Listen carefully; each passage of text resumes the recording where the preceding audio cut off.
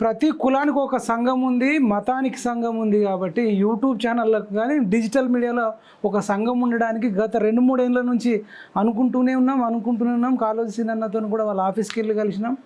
మొత్తానికి ముహూర్తం ఈ రూపంలో ఈరోజు సీతారాముల కళ్యాణం రోజే ఇది ఏర్పాటు జరగడం అయితే నిజంగా శుభపరిణామం. ఈ దాడి చేసిన వాళ్ళు రాక్షసులు. సీతారాములు మాతో మీటింగ్ పెట్టించి ఇట్లాంటి రాక్షసులు ఇంకా చాలామంది ఉన్నారు. వీళ్ళని ఎదుర్కోవాలంటే మీరు ఒక సంఘం ఏర్పాటు చేయాలని చెప్పి రాముడే మాతో ఏమన్నా చేపించిండేమో అని మాకు అనిపిస్తుంది.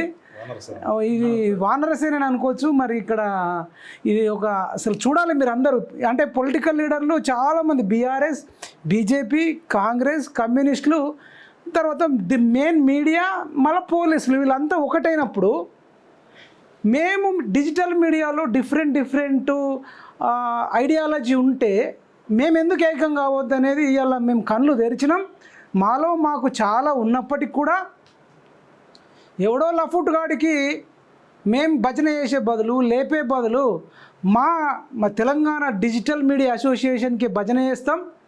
భవిష్యత్తులో ఇది వినేటోళ్ళు చెప్తున్నా, ఏకి 10-20 మంది గింతే ఉంటారు అనుకోకండి. ఈ 10 మంది రేపు 100 అవుతారు, 100,000 అవుతాయి.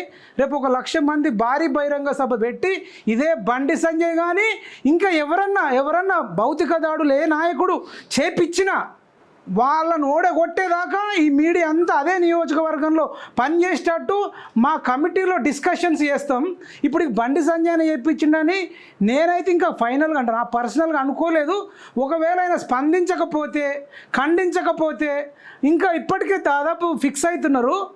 ఇంకా మీరు మౌనంగా ఉంటే కనుక అది ఫిక్స్ అయితే మీరు రేపు మళ్ళీ 3 సంవత్సరాలలో ఎలక్షన్స్ వస్తాయి.